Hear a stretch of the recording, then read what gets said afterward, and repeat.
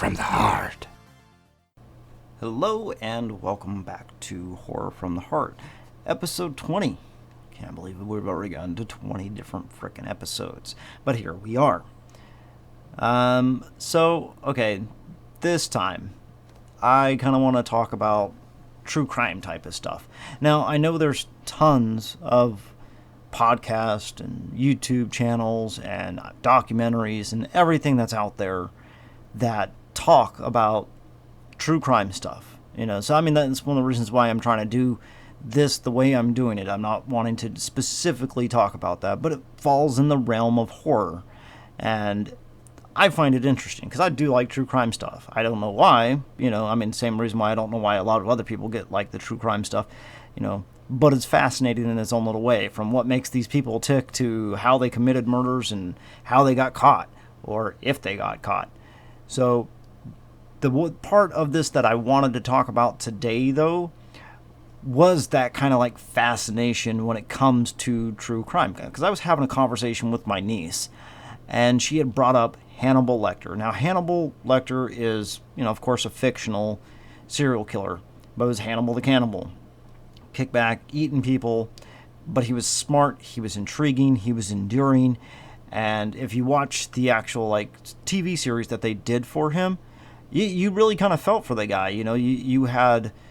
He had this allure to him that you couldn't get away from. And I thought it was kind of interesting because she really got into that. And she's all like, he's really interesting. I'd love to be like Hannibal. Not sitting there eating people, but, being able to speak multiple languages like that.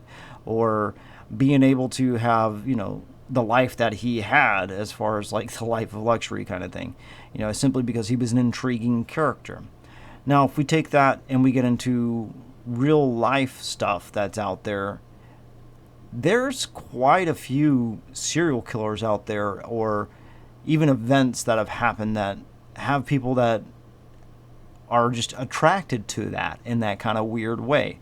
Weird for me, maybe not weird to them, maybe not weird to you, but weird to me in that kind of way. It's like, I'd actually like to know what it is that these people are thinking when they have this kind of stuff. But take, for example, like some of the serial killers that are out there: Ted Bundy, Richie Ramirez, the Zodiac Killers, Eileen Wuornos, Eileen Wuornos, Jeffrey Dahmer, Charlie Manson.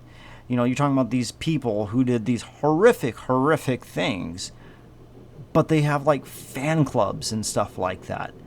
And they have these girls that are just so intrigued with them, or these guys that are so just intrigued with them, but they have fan clubs. They have websites that are dedicated to how much people love these people. Now, I know me, myself, it's the whole reason why I'm here. I love horror stuff. I love true crime. I love, the fantasy horror, the phantasmal horror, all that kind of stuff when it comes to horror. But I would never take the time to actually idolize some of these people. I really would love to know what makes some of these people tick, but not to that point. Now I know with an example, Ted Bundy.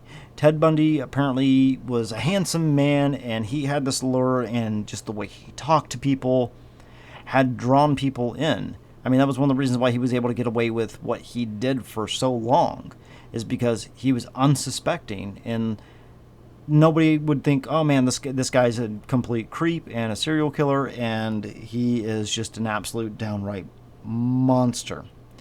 But even after everything had come out, you still have people who have websites that are dedicated to him and what he's done. You have people that still just fawn over him.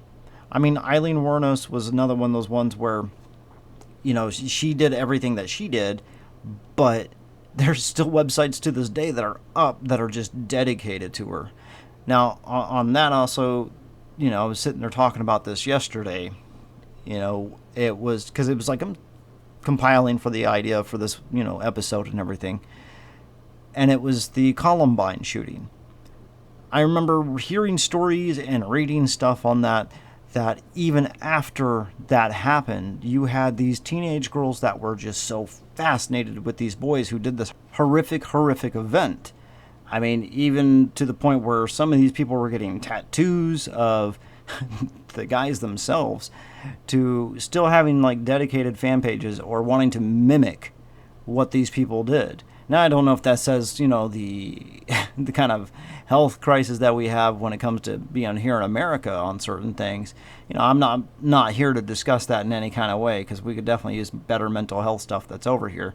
But still, at the same time, regardless if we did have that, I think we would still end up having these people who do this kind of stuff, who get into this that kind of way. Now, I found a word, kind of searching some stuff up, doing my research and everything like that I've never heard before, but it kind of fits in this kind of genre for this stuff. And it's Hybristophilia.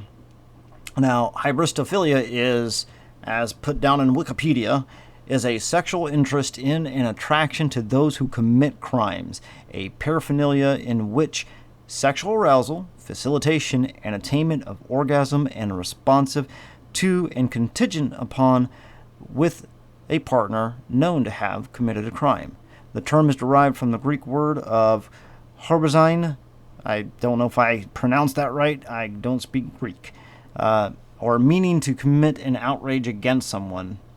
And philo, which has strong affinity to, philia, philo, that kind of thing.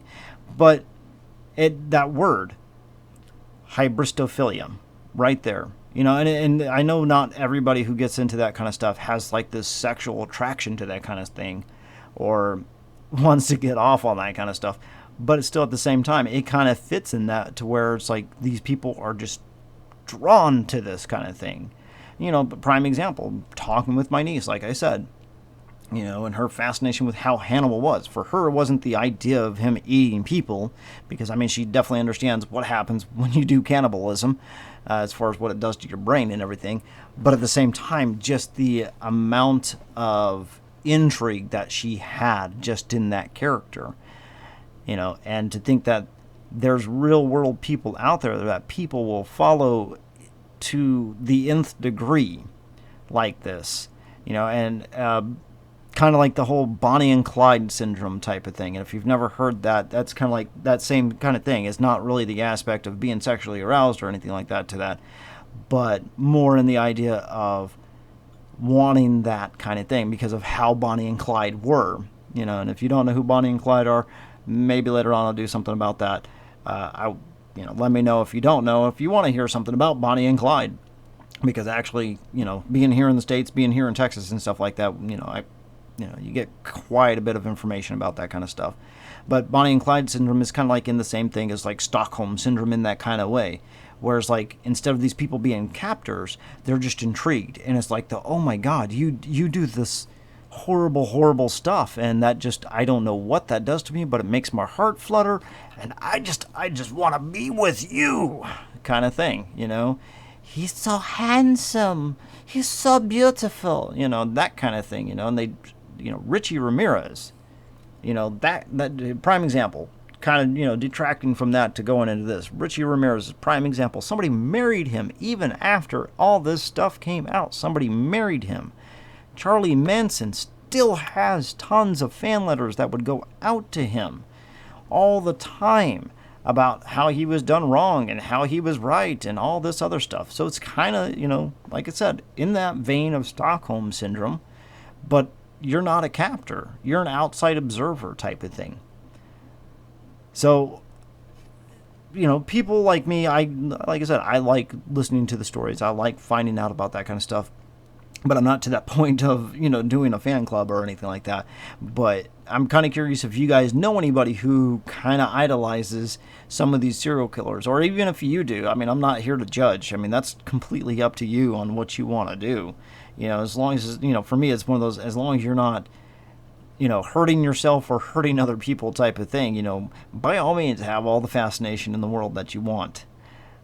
So with that, though, I'm going to go ahead and end the episode about right here. My question to you guys is, what is it that you guys find so fascinating about like serial killers? If you get into true crime stuff, with the serial killers, is it because, how they did it, why they did it, or how they got caught, whatever it is. I'm really kind of curious as far as what it is that you guys think about this kind of stuff. If you're listening to this on podcast, leave me a good review. If you liked it, if you didn't, hey, that's up to you. If you're listening on YouTube, hit the like button, hit that subscribe button, hit that share button, leave a comment down below, and let me know what it is that you guys enjoyed about this, or what you guys think about this, or answer to the question, even. Or even if there's something specific that you guys might want to hear me talk about, kind of thing. I am on Twitter. I don't really tweet out that much or anything like that, but still, you can follow me over there on Twitter at HorrorFTH. I also did start up a Reddit page. Now, I don't really have too much going on there, of course, because it's brand new and everything like that, but it's at, it's r/horror from the heart, where, we can sit there and have discussions about certain things. So I'm definitely looking forward to seeing how many people actually jump onto there, and we can get some good stuff going on over there. I did end up posting up a gameplay video of The Medium, which is on YouTube. If you haven't seen it, by all means, go ahead and go check that out, and let me know what you guys think. I think I kind of need to tweak the audio so you can hear me a little bit better, kind of turn down the game audio, but I'll get that sorted out. And I'll probably be posting more videos because I'd like to be able to do like a full playthrough of that kind of thing. And if you guys like that kind of stuff too, let me know too. Anyway, if you've made it this far, thank you for listening.